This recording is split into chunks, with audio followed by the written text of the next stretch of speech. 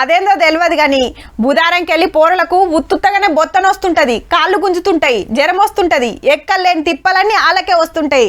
ఎందుకంటే తెలంగాణలో బడిగంట మోగబోతుంది. మరి ఇన్నొద్దులు ఆడుకొని ఆడుకొని ఉన్నోళ్ళైరి ఒక్కపారే బడిబాట పట్టాలంటే జరంత తిప్పలే ఉంటది.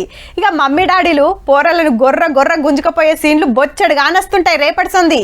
అందరు అట్లనే ఉంటారని కాదు గాని ఇంతకు బడులు ఎట్లా సింగారిస్తుర్రు, సౌలతుల సంగతి ఏంది అరుచుకుందాం పాండ్రి. బడిగంట కొట్టే యాళ్ళైంది కాబట్టి క్లాస్ రూమ్లు ఊడిపిచ్చుడు, బల్లలు దుడిపిచ్చుడు, ఫ్యాన్లు ట్యూబ్లైట్లు ఫిట్ చేపించుడు నడిచింది. నీళ్ల సౌలతేంది, టాయిలెట్ల సంగతేంది అరుచుకొని పాతవడ్డ అర్రలను సదిరిచ్చిండ్రు సార్లు మేడాలు. సౌలత్ల కోసం 2000 కోట్లు పంపిందట సర్కార్.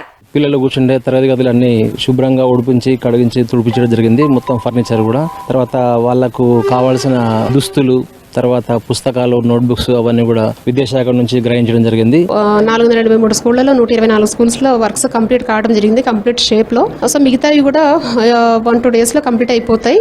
బడి డ్రెస్సులు ఓయిలు ఇస్కూళ్లకు చేరుతున్నాయి. పగటిని బువ్వ కోసం బియ్యం చెరిగి పెట్టుకుంటుండ్రు. ఇంకో దిక్కు పోరలను షేర్క చేసుకునే బడిబాట కార్యం జోరుగా నడుస్తాంది ఊర్ల పొంట. నాకు ఇవాళ వరకు అయితే 26 మంది ఎన్రోల్ అయినారండి. ఇవాళ కొంతమంది వచ్చి ఇవాళ కూడా జాయిన్ అయినారు.